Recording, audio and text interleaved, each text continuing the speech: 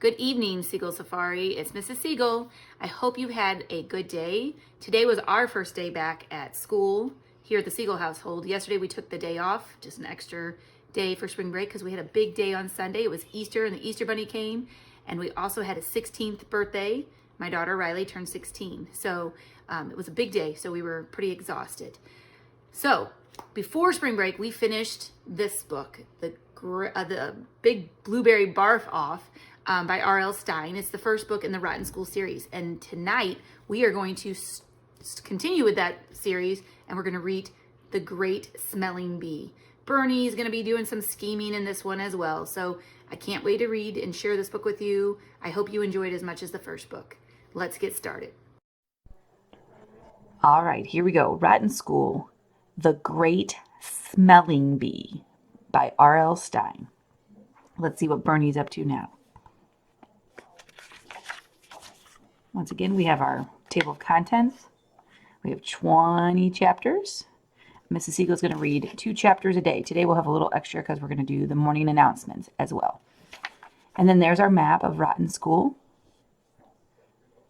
Here's the field. Here's Rotten House, the girls' dorm, nice house, library, the classroom building where all the rats are.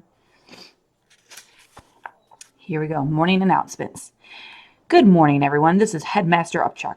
I'd like all of you Rotten students to settle down now so I can read the morning announcements. As you know, I read important news over the loudspeaker every morning. It's my way of saying good morning to you, all without having to leave my office and see your grinning faces. Ow! That really hurt my ears. Doesn't anybody know how to stop that horrible squealing? Ow! I hope you can hear me. Here are today's morning announcements. Tryouts for the armpit band will be held in the second floor boys' locker room. If you play either one or both armpits, you are urged to try out. Don't come just to be funny. You must be serious about playing the armpit. Any students who ate the pigeon stew in Miss Sally Monella's 4th period cooking class, please stop by the nurse's office this morning to have your stomach pumped. Attention art students, 3rd grader Billy Bob Heffernan will be showing off his new tattoos in the gym after school. There is a mistake on the posters you see around campus. We are inviting all students to enter the spelling bee, not smelly bee. The spelling bee will be held next Friday. Warning, all the words will be 3-letter words, so it will be hard. But we want all good smellers to join in. Did I just say smellers? I meant spellers. Finally, bathroom privileges for 4th graders will be suspended for the rest of the month. Chapter 1, Do I Look Tense? I'm Bernie Bridges, and I usually walk around with a dazzling smile. Ask anyone. When I smile, it's sunshine. Sunshine. Not to mention my adorable dimples.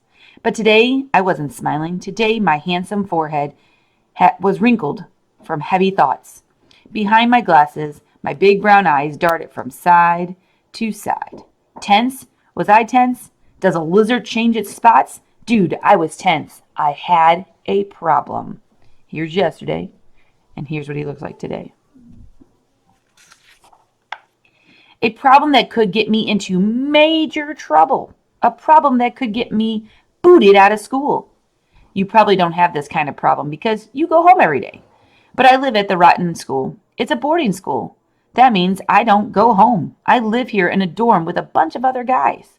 Actually, we live in an old house called Rotten House. A whole bunch of 4th and 5th graders live here and we love it. My friends and I claimed the 3rd floor because it's good for dropping things out the window on people.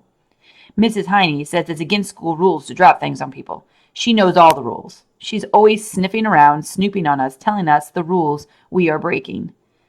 But that's her job. She is our dorm mother. She is in charge of all of us guys who live in Rotten House.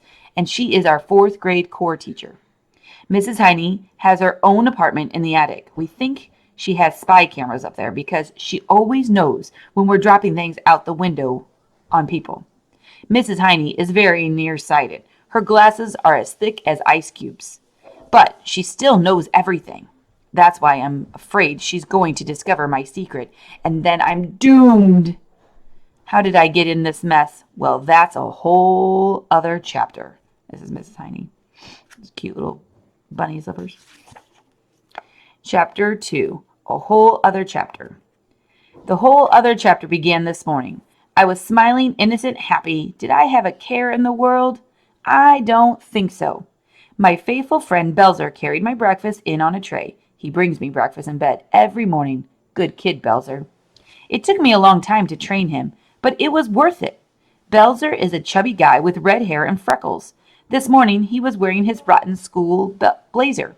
We all have to wear the school uniform, but under his blazer, Belzer was wearing a white t-shirt with bright blue letters across the front. The t-shirt said, "I need a tutor." Sad, huh? He wears these loser t-shirts, but hey, I always tell him he's looking good. I like to keep my guys happy. Belzer poured my orange juice for me. Then he went across the hall to his room.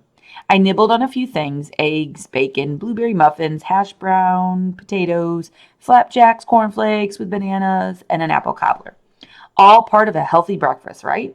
After I swallowed the last crumb of cobbler, I did the official rotten school burp for a few minutes. Burp. Then I climbed out of bed and put on my school uniform. I practiced smiling in the mirror for a while. Bernie, those dimples are killer. Happy, innocent, carefree. And then the box arrived. Belzer staggered into my room carrying a huge wooden crate in both arms. Big B, this just came for you, he said. I carried it up 3 flights of stairs. He let out a groan. Heavy, he muttered, heavy. His knees buckled and he fell to the floor. Why don't you set it down, I asked. Oh, good thinking, Belzer dropped the crate. Then he sprawled face down on the floor, gasping for breath. My 2 best buddies, Feeman and Crench, walked into the room. Feeman and Crench are tall and lean and goofy looking, but they are serious dudes, serious about having fun 24 hours a day. Feeman has a strange hobby. He likes to paint things red when no one is looking, and Crench's hobby? Making funny noises with balloons. Good guys. Belzer, Feeman, and Crench are crammed into the tiny room across from me. They insisted I take the big room for myself. They knew I need my own space, lots of quiet, so I can plan and scheme. What's up with the box? Feeman asked. I helped pull Belzer to his feet. Probably a gift from one of my admirers, I said. Maybe the teachers all chipped in to buy me something special. You know, to thank me just for being me. Crench walked around the crate. The box is as big as our room, he said. After you empty it, could I live in the box, Bernie? Could I? Don't be bitter, I said. I studied the wooden crate. Maybe April, May, June sent me a big box of chocolates. April, May, June is the coolest, hottest, blondest, snobbiest girl in the 4th grade. It's about time she started to notice me, I said. I patted the side of the box. Think she sent me flowers? Bernie, the box is from your parents, Feeman said. Look at the writing on the side. It says, Mr. and Mrs. Benny Bridges. My parents sent this box? I felt a little pang in my heart, a moment of sadness. I love living at the rotten school, but sometimes I miss my parents. They are travel writers, so they travel all the time. That's why they send me to boarding school. We keep in touch by email and cell phone. I get to tell them how great I'm doing and how everyone thinks I'm awesome. But it isn't the same as telling them in person. I studied the box. A present for my parents. What could it be? Maybe it's a car, I thought. They know I hate walking to class. No, maybe it's a PlayStation with a few hundred games. They know I need time off. I've been studying way too hard. No, suddenly I knew. Dudes, why aren't you cheering? I cried. Why aren't you celebrating? Come on, hurry. Go crazy. Go crazy. They stared at me. Don't you know this is our lucky day? I said. Don't you know what's in this box? It's the widescreen TV I've been begging for. Yes, Belzer shouted, pumping his fist in the air. Sweet. Here's pictures of all the things that he thought it was. Chocolates, a trophy. And he's thinking, a car with April May on it. Maybe it's video games and PlayStation or the widescreen TV. So these are his thoughts. I finally convinced my parents that the TV is educational, I said.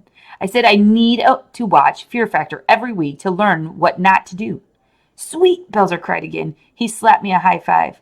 Our own widescreen TV. We touched knuckles, then we did the secret Rotten House handshake. But Bernie, Feeman said, He pulled me to the back of the crate. If it's a TV, what's up with the air holes in the box? Huh? Air holes? I stared at the round holes cut into the crate, and then all four of us heard a scratching sound. Something scratching the inside of the crate. It's alive! Crunch screamed. The TV is alive! It's alive! It's alive!